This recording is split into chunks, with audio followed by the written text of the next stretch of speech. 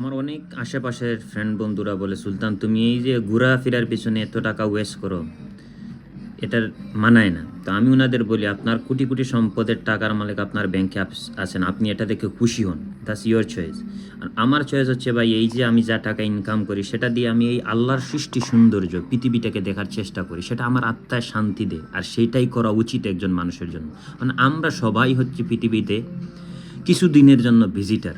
এখানে আসছি আল্লাহর সৃষ্টি সৌন্দর্য দেখব, কারো ক্ষতি করব না, আল্লাহর উপাসন করব এবং ভালো কাজ করব, এবং যে আল্লাহর সৃষ্টি সৌন্দর্য সেই নিয়ামতগুলো দেখা।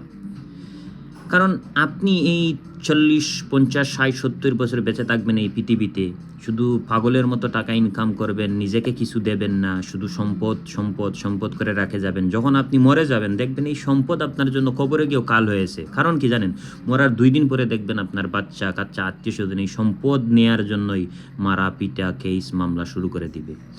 তাই সম্পদ রেখে যান, এর আগে নিজের জন্য, নিজের আত্মার শান্তির জন্য আল্লাহর সৃষ্টি পৃথিবীর সৌন্দর্য দেখুন।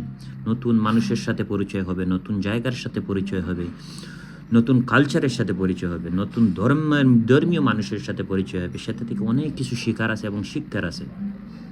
আল্লাহর সৃষ্টি দিয়ে এত সুন্দর, আপনি আপনার ঘর থেকে না বাইর হন, আপনি জীবনেও চিন্তা করতে পারবেন না। কত কোটি কোটি সম্পদের টাকার মালিক এই পৃথিবীতে রেখে চলে গেছে, এরা এখন মাটিতে মিশে গেছেন, এদের কোনো চিন্তাই এখন কেউ করে না। তো আপনি আমি এখনই চলে গেলে সেটা দেখে যাবে, এখানে কোটি টাকা রেখে যান না যান, কিন্তু আপনার আত্মার শান্তি, আপনার চোখের শান্তি মরার আগে যে দেখে যাবেন সেটা আপনার সাথেই থাকবে। যখন আপনার মন খারাপ হবে, চিন্তা করবেন সেই জায়গায় আছেন, আপনার মন ভালো হয়ে যাবে। আল্লাহ হাফিজ।